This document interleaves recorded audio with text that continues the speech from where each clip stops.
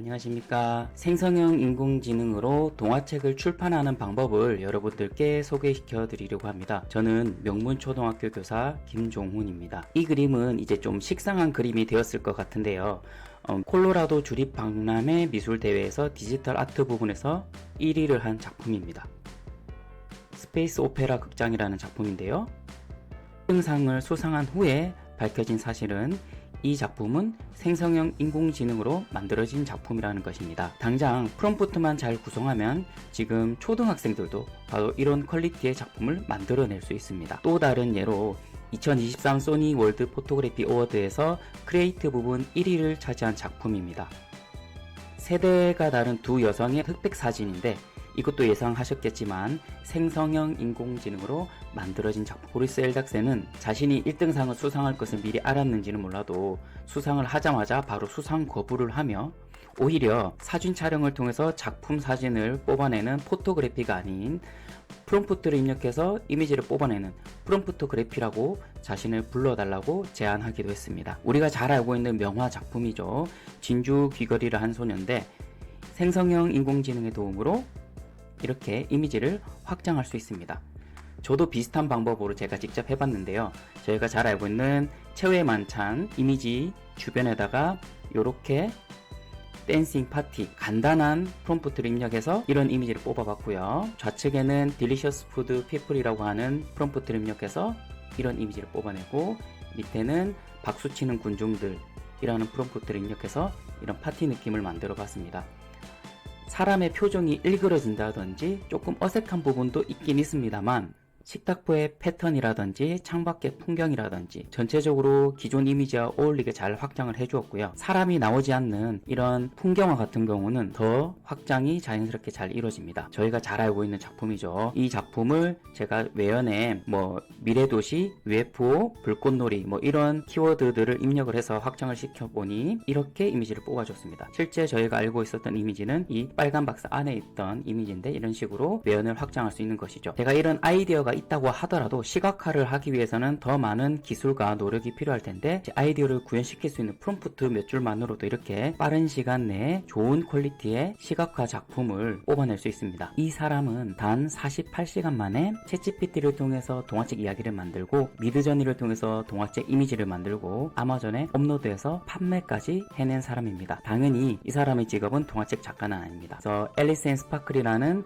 어떤 어린 소녀와 로봇의 우정을 다룬 그런 동화책을 만들어냈다고 합니다. 저는 여기서 착안해서 아이들하고 동화책 만들기 프로젝트를 이어나갔는데요. 사실 아이들과 이런 교육 활동을 하기 전에 가장 먼저 선행되어야 하는 것이 바로 인공지능 윤리교육입니다. 생성형 인공지능이 아무리 좋은 기술이라고 하더라도 아이들이 이 기술을 사용함에 있어서 제대로 된 윤리의식과 함께 디지털 리터러시를 길러야 합니다. 요즘에는 관련 교육 영상이 많으니까 선생님들이 교육활동에 임하시기 전에 꼭 이 부분을 참고하시기 바랍니다. 이 그림이 어떤 그림인지 아시나요? 네, 맞습니다. 1차 산업혁명 당시에 있었던 러다이트 운동입니다. 지금 저희의 관점으로 봐서는 수공업을 하던 사람들이 자신의 일자리를 빼앗은 대량 생산을 하는 그 기계를 때려 부순 운동인데 참 지금 봐서는 부질없다라고 생각할 수도 있지만 실제로 이런 러다이트 운동이 최근에도 일어났습니다.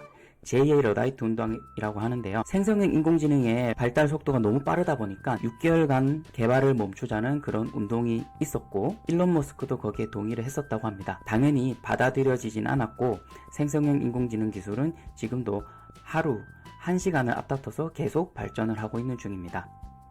얼마 전에 교육청에서도 생성형 인공지능 관련해서 인공지능 윤리라든지 사용의 제한성 관련해가지고 안내자료가 나간 것으로 알고 있습니다. 그래서 초등학생들이 사용할 수 있는 생성형 인공지능은 무엇이 있을까?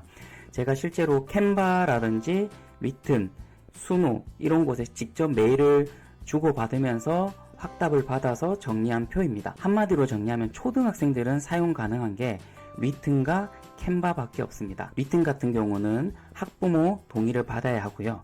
캔바 같은 경우는 학생이 교사의 교육 계정으로 초대된 학생들에 한해서만 캔바 매직 미디어를 사용할 수 있습니다.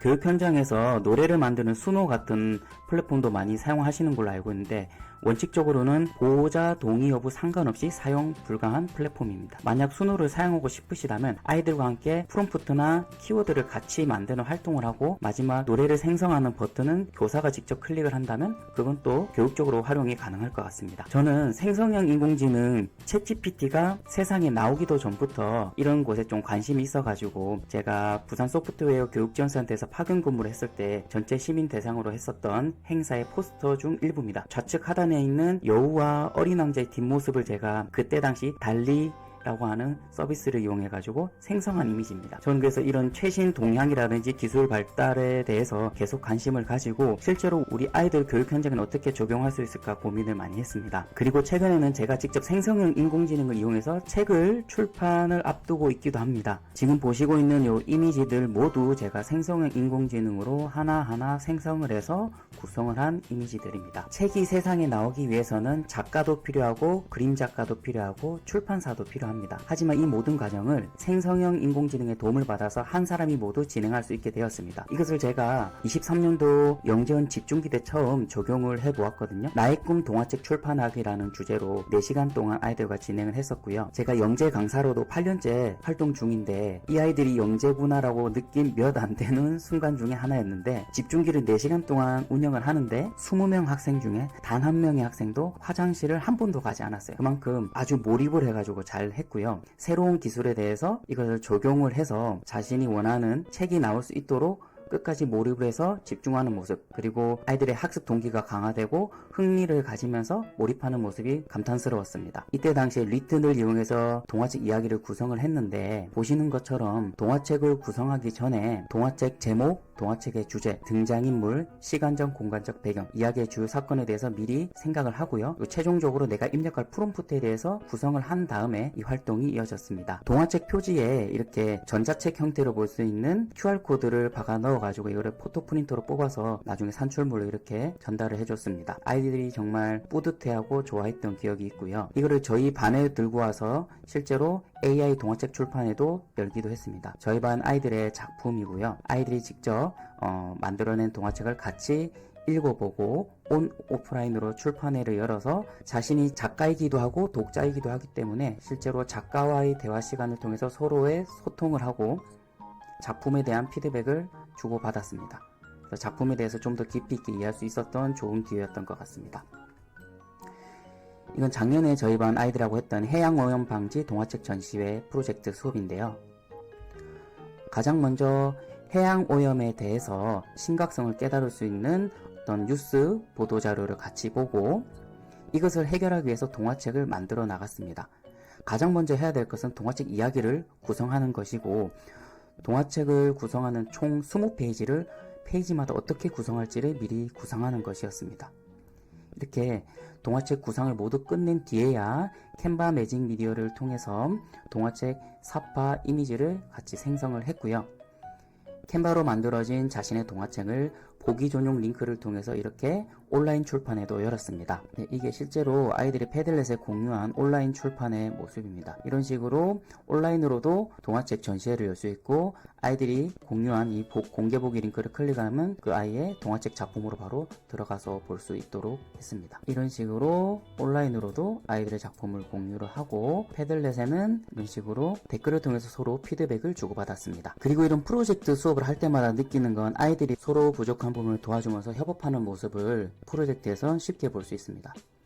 저는 이렇게 온라인으로 출판하는 것도 좋지만 실제로 손으로 만져지는 아날로그 감성, 실제 책으로도 만들고 싶어서 아이들이 만든 작품을 인쇄를 해서 무지 스크랩북이라고 있거든요. 거기에다가 다 하나하나 붙이고 예를 들어 앞표지, 뒷표지, 옆표지 다 꾸미고 뒷표지 같은 경우는 보통 바코드랑 가격이 적혀 있는데 아이들이 만든 동화책은 이렇게 온라인으로 볼 수 있는 QR코드를 구현해서 실제 동화책으로도 만들어 봤습니다. 그리고 지금까지 자신의 작품만 완성도 있게 만드는데 몰두하다 보니 다른 친구들 작품을 서로 여유롭게 볼 수 있는 시간이 없어서 과자 파티를 내면서 약간 만화방 느낌을 내서 편안하게 다른 친구들 작품을 오프라인으로 같이 보고 서로 피드백 남기고 활동을 이어나갔습니다. 프로젝트 결과물을 창의과 한마당을 통해서도 아이들 작품을 부산 시민 전체 대상으로도 공유했습니다. 많은 분들이 관심 가져주시고 실제로 부스에 와가지고 간단한 것도 체험해 보셨는데요. 가장 많이 하시던 질문이 진짜 초등학생이 만든 것이 맞냐 이거였고, 이걸 어떻게 만드느냐 이걸 궁금해 하셨습니다. 그래서 이번 연수를 통해서 프로젝트 1년의 과정을 A부터 Z까지 제가 세세하게 안내 드리도록 하겠습니다. 그리고 재작년에 맡았던 6학년 아이들은 실제로 이런 프로젝트를 끝난 후에 2학기 말에 오히려 학생들이 저에게 제안을 했습니다. 동화책 만들기 너무 좋은데 시각장애인들 같은 경우는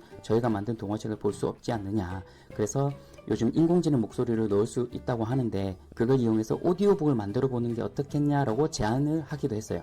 그래서 연수의 심화 과정에서는 실제로 TTS를 이용해서 오디오북 만드는 활동까지 같이 해보도록 하겠습니다. 전체적으로 이 프로젝트 과정을 간단하게 보여드렸는데 혹시 궁금하신 점 있으시면 잘 메모해 두셨다가 실제 연수에 참여하셔가지고 질문해 주시면 제가 최대한 많은 도움 드릴 수 있도록 하겠습니다. 100문이 불여일견이고 100견이 불여일행이라고 합니다.